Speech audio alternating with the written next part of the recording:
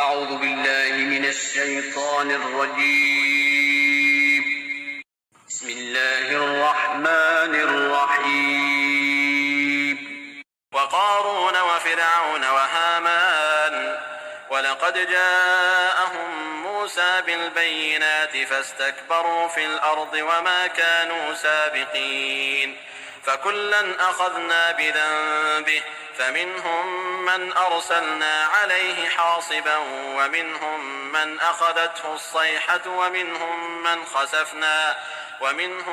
من خسفنا به الأرض ومنهم من أغرقنا وما كان الله ليظلمهم ولكن كانوا أنفسهم يظلمون. عن ابي ذر رضی اللہ عنہ عن النبی صلی اللہ علیہ وسلم فيما يروي عن ربي عز وجل انه قال. حضرت ابو ذر رضی اللہ عنہ بیان کرتے ہیں کہ نبی صلی اللہ علیہ وسلم نے فرمایا کہ نبی صلی اللہ علیہ وسلم اللہ رب العالمین سے روایت کرتے ہیں کہ اللہ رب العالمین فرماتا ہے یا عباد انی حرمت الظلم علی نفسی وجعلت بینکم محرما فلا تظالموا. اے میرے بندو میں نے اپنے اوپر ظلم کو حرام قرار دیا ہے، یعنی میں کبھی بھی ظلم نہیں کر سکتا ہوں، کسی پر ظلم نہیں کر سکتا ہوں. میں نے اپنے اوپر ظلم کو حرام قرار لیا ہے اور تمہارے درمیان میں ظلم کو حرام قرار دیا ہے، لہذا تم ظلم نہ کرو کسی پر. تو یہ اللہ رب العالمین نے پہلی بات بیان کی کہ ظلم اللہ نے اپنے اوپر حرام قرار دیا ہے، اللہ کبھی بھی کسی پر ظلم نہیں کر سکتا ہے اور تمہارے درمیان بھی حرام قرار دیا ہے، لہذا تم بھی کسی پر ظلم مت کیا کرو. آئیے دیکھتے ہیں کہ اس حدیث کے اس ٹکڑے سے یا ٹکڑے کے تعلق سے اللہ رب العالمین قرآن مجید کے اندر کیا فرماتا ہے. سورہ قاف کے اندر اللہ رب العالمین فرماتا ہے، سورہ قاف سورۃ نمبر 50 پارہ نمبر 26، پارے کا نام ہے حامیم تنزیل الکتاب من اللہ العزیز الحکیم. ما یبدل القول لدی وما انا بظلام للعبید. میرے پاس باتیں بدلتی نہیں ہیں اور نہ میں اپنے بندوں پر ظلم کرنے والا ہوں.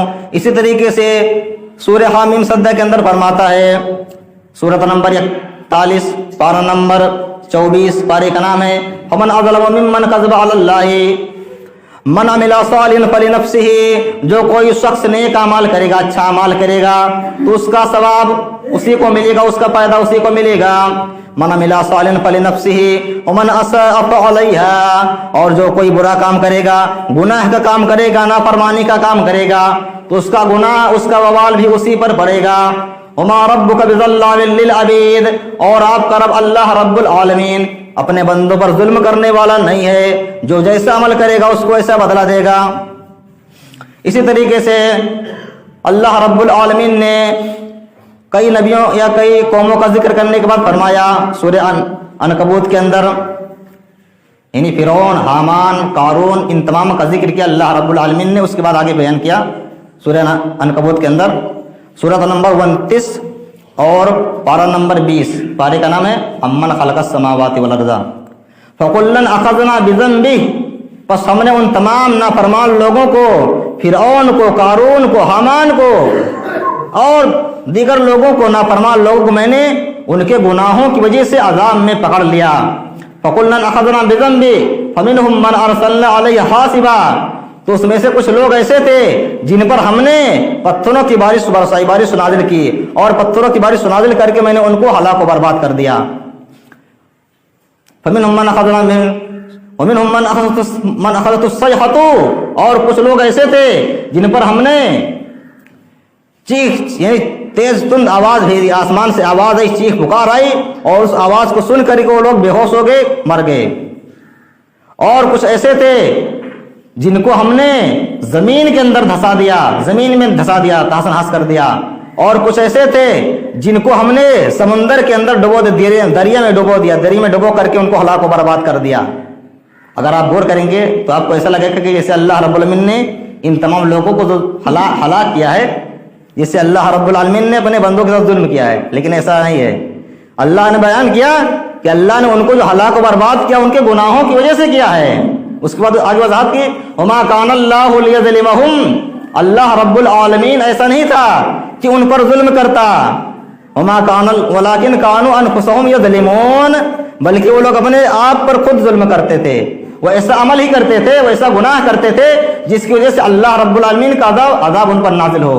تو اللہ نے ان کو خود بخود ہلاک نہیں کیا، ان کے گناہوں کی وجہ سے ہلاک کو برباد کیا. اس لیے اللہ نے بیان کیا اللہ ایسا نہیں تھا ان پر ظلم کرتا، بلکہ وہ خود اپنے آپ پر ظلم کرتے تھے. اسی طریقے سے ایک اور آیت میں اللہ رب العالمین اس کی وضاحت کرتا ہے سورہ یونس کے اندر. سورہ یونس سورۃ نمبر 10 پارہ نمبر 11، پارے کا نام ہے یعتذرون الیکم اذا رجعتم ان اللہ لا یظلم الناس شیئا.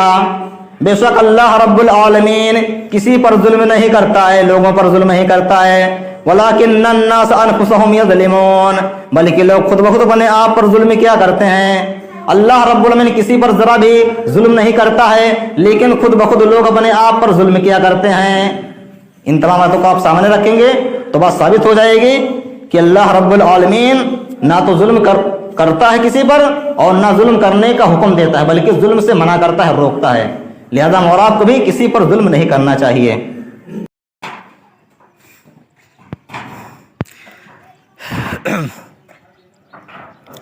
یا ایھا الناس، اے لوگو، جو لوگ ظلم اس جگلیٹر کے ساتھ ظلم کرنا چاہتا ہے کرے گا، اللہ رب العالمین ایسے بندے کو دنیا میں عذاب دے کر اور آخرت میں عذاب دے گا.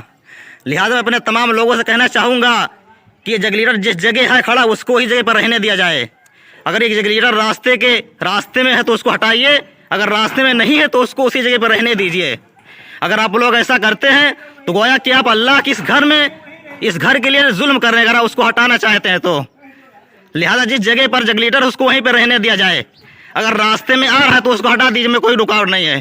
لیکن راستے میں نہیں ہے تو جس جگہ اس کو اسی حالت پہ رہنے دیجیے. اگر آپ لوگ ہٹانا چاہتے ہیں، اس کے ساتھ چھیڑ خانی کرتے ہیں تو گویا کہ اللہ کی اس مسجد کے ساتھ ظلم آپ لوگ کر رہے ہیں. وہ اسی مسجد ہی کا جگلیٹر، کسی دوسرے کا نہیں ہے. لہٰذا میں تمام لوگوں سے کہنا چاہوں گا کہ جو لوگ بھی اس کام کو کرنا چاہتے ہیں، کرنے جا رہے ہیں ناپ ساتھ کرنے کے لیے، وہ اللہ کو سامنے رکھتے ہوئے، اللہ کو اپنے سامنے رکھتے ہوئے انصاف کے ساتھ کام کریں اور ناانصافی سے بچیں، اپنے آپ کو دور رکھیں.